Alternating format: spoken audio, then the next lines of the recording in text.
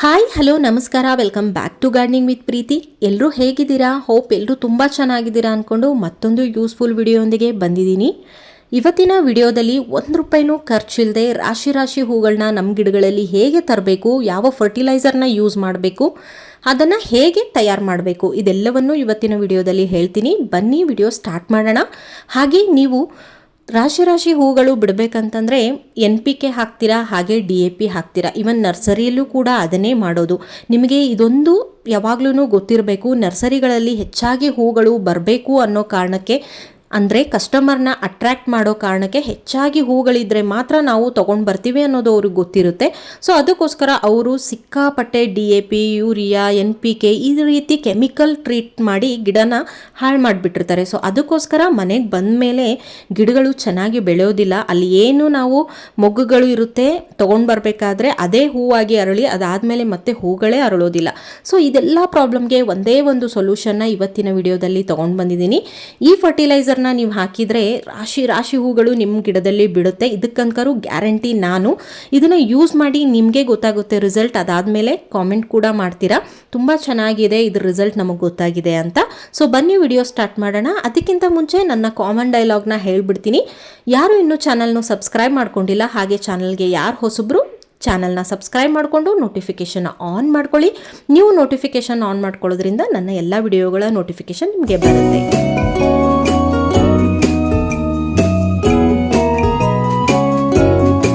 ಫಸ್ಟ್ಗೆ ಈ ಫರ್ಟಿಲೈಸರ್ನ ಯಾವ ರೀತಿ ತಯಾರು ಮಾಡ್ಕೊಳ್ಳೋದು ಅಂತ ನೋಡ್ಕೊಂಬಂದ್ಬಿಡೋಣ. ಇಲ್ಲೇನು ನೋಡ್ತಾ ಇದ್ದೀರಾ ನೀವು ಈರುಳ್ಳಿ ಸಿಪ್ಪೆನ ಏನು ಡಸ್ಟ್ಬಿನ್ನಿಗೆ ಹಾಕ್ತೀರಾ ಅದೇ ಇದು.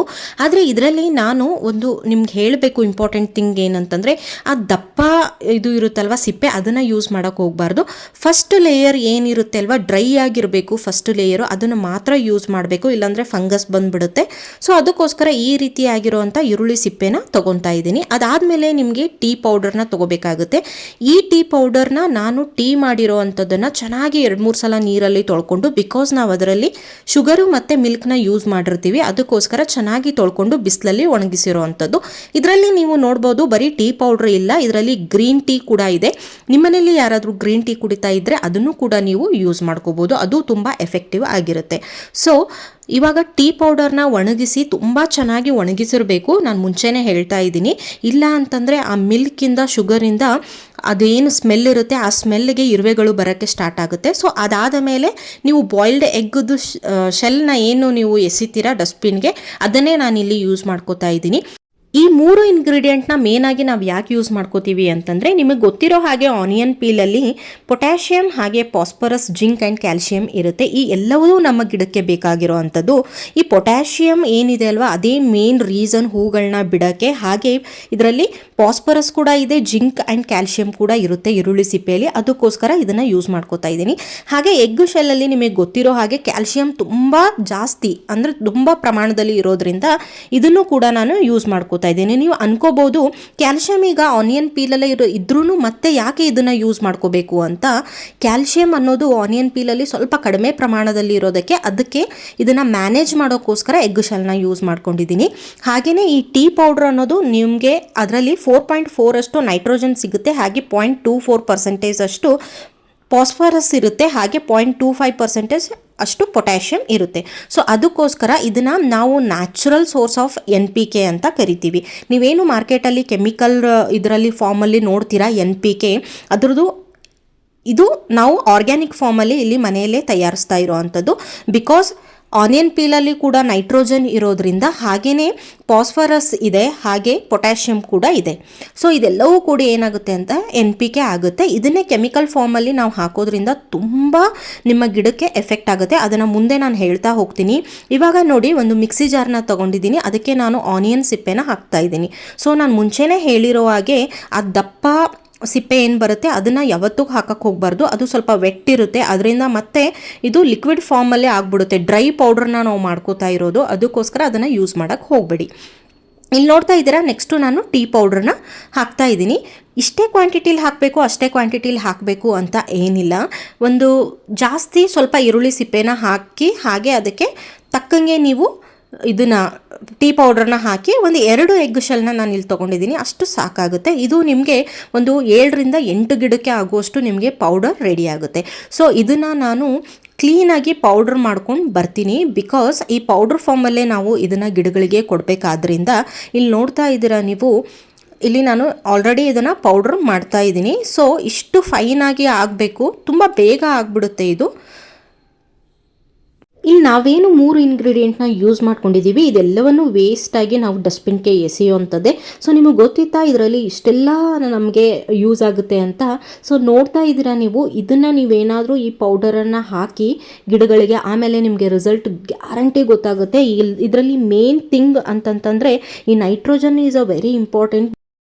ನಾನು ಯಾಕೆ ನಿಮಗೆ NPK ಮತ್ತು DAPನ ಕಡಿಮೆ ಯೂಸ್ ಮಾಡಿ ಅಂತ ಹೇಳ್ತೀನಿ ಅಂತಂದರೆ, ಅದು ಎರಡೂ ನಿಮಗೆ ಕೆಮಿಕಲ್ ಫಾರ್ಮಲ್ಲಿ ಸಿಗೋದ್ರಿಂದ. ಇವನ್ ನೀವು DAP ಯೂಸ್ ಮಾಡಿದರೂ ಕೂಡ ತುಂಬ ಚೆನ್ನಾಗಿ ಹೂಗಳು ಬರುತ್ತೆ, NPK ಯೂಸ್ ಮಾಡಿದರೂ ಕೂಡ ತುಂಬ ಚೆನ್ನಾಗಿ ಹೂಗಳು ಬರುತ್ತೆ, ಇಲ್ಲ ಅಂತಲ್ಲ. ಬಟ್ ಅದು ಎರಡೂ ಕೆಮಿಕಲ್ ಫಾರ್ಮಲ್ಲಿ ಇರೋದ್ರಿಂದ ನೀವು ಹೇಳಿರೋ ಕ್ವಾಂಟಿಟಿಗಿನ್ನ ಸ್ವಲ್ಪ ಜಾಸ್ತಿ ಹಾಕಿದರೆ ಎಲೆಗಳು ಸುಟ್ಟಂಗಾಗೋದು, ಹಾಗೆ ಬೇರುಗಳಿಗೆ ಡೈರೆಕ್ಟ್ ಎಫೆಕ್ಟ್ ಆಗೋದು, ಹಾಗೆ ಮಣ್ಣಲ್ಲಿ ತುಂಬ ಫಂಗಸ್ ಆಗೋದು, ಈ ರೀತಿ ಎಲ್ಲ ಪ್ರಾಬ್ಲಮ್ ಸ್ಟಾರ್ಟ್ ಆಗುತ್ತೆ. ಸೊ ಅದಕ್ಕೋಸ್ಕರ ಆದಷ್ಟು ಕೆಮಿಕಲ್ ಟ್ರೀಟ್ಮೆಂಟ್ನ ಗಿಡಗಳಿಗೆ ಅವಾಯ್ಡ್ ಮಾಡಿ. ಹಾಗೆಯೇ ಇದನ್ನು ಹಾಕೋದ್ರಿಂದ, ಇದು ಆರ್ಗ್ಯಾನಿಕ್ ಫಾರ್ಮಲ್ಲಿ ಇರೋದ್ರಿಂದ ಯಾವುದೇ ನಿಮಗೆ ಫಂಗಸ್ ಆಗೋದಾಗಲಿ ಯಾವುದೂ ಆಗೋದಿಲ್ಲ. ಸೊ ಅದಕ್ಕೋಸ್ಕರ ನಾನು ಇದನ್ನು ಪ್ರಿಫರ್ ಮಾಡ್ತೀನಿ ಯಾವಾಗ್ಲೂ. ಸೊ ಇಲ್ಲಿ ನೋಡ್ತಾ ಇದ್ದೀರಾ ನೀವು, ಪೌಡ್ರ್ ಫಾರ್ಮಲ್ಲಿ ಇದು ರೆಡಿಯಾಗಿದೆ. ಇಷ್ಟು ಆದರೆ ಸಾಕು. ಈ ರೀತಿ ಒಣಗಿಸಿನೇ ನಾನು, ಅಂದರೆ ಇದು ಫುಲ್ ಡ್ರೈ ಫಾರ್ಮಲ್ಲೇ ಯಾಕೆ ಮಾಡಿಟ್ಕೊಂಡಿದ್ದೀನಿ ಅಂತಂದರೆ, ಇದನ್ನು ನಾವು 1 ಮಂತ್ ಅಥವಾ 2 ಮಂತ್ಸ್ವರೆಗೂ ನೀವು ಆರಾಮಾಗಿ ಇದನ್ನು ಸ್ಟೋರ್ ಮಾಡ್ಕೋಬೋದು.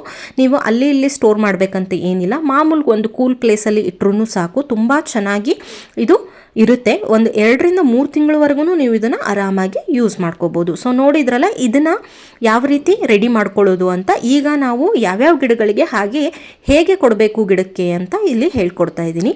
ಇಲ್ಲಿ ನೋಡ್ತಾ ಇದ್ದೀರಾ ನೀವು, ದಾಸವಾಳ ಗಿಡಕ್ಕೆ ನಾನು ಇಲ್ಲಿ ಕೊಡ್ತಾ ಇದ್ದೀನಿ. ನೋಡಿ, ದಾಸವಾಳದ್ದು ಮಣ್ಣು ನಾನು ಲೂಸ್ ಮಾಡ್ತಾ ಇದ್ದರೆ ನನಗೆ ಒಬ್ಬರು ಕಾಮೆಂಟ್ ಮಾಡಿದರು, ಅಲ್ಲ ಮೇಡಮ್ ಎಷ್ಟು ಲೂಸ್ ಆಗಿದೆ ಮಣ್ಣು, ನಮ್ಮ ದಾಸವಾಳ ಗಿಡ ತುಂಬ ಗಟ್ಟಿ ಇರುತ್ತೆ ಮಣ್ಣು, ಯಾಕೆ ಅಂತ. ಯಾವಾಗಲೂ ಮಣ್ಣು ತುಂಬ ಚೆನ್ನಾಗಿ ಲೂಸ್ ಆಗಿರೋ ಅಂಥ ಮಣ್ಣು ಅಂತಂದರೆ ಪೋರಸ್ ಆಗಿರೋ ಅಂಥ ಮಣ್ಣನ್ನೇ ತೊಗೋಬೇಕು. ಬಿಕಾಸ್ ಬೇರುಗಳು ಗಟ್ಟಿಯಾಗಿ ಇದ್ದರೆ ಅದು ಸ್ಪ್ರೆಡ್ ಆಗೋಕ್ಕೆ ಚಾನ್ಸೇ ಇರೋದಿಲ್ಲ, ಆವಾಗ ಚೆನ್ನಾಗಿ ಗಿಡದ ಗ್ರೋತ್ ಆಗಲ್ಲ. ಅದಕ್ಕೋಸ್ಕರ ಆದಷ್ಟು ಪೋರಸ್ ಮಣ್ಣನ್ನೇ ತೊಗೊಳ್ಳಿ ಅಂತ ಹೇಳ್ತಾ ಇದ್ದೀನಿ.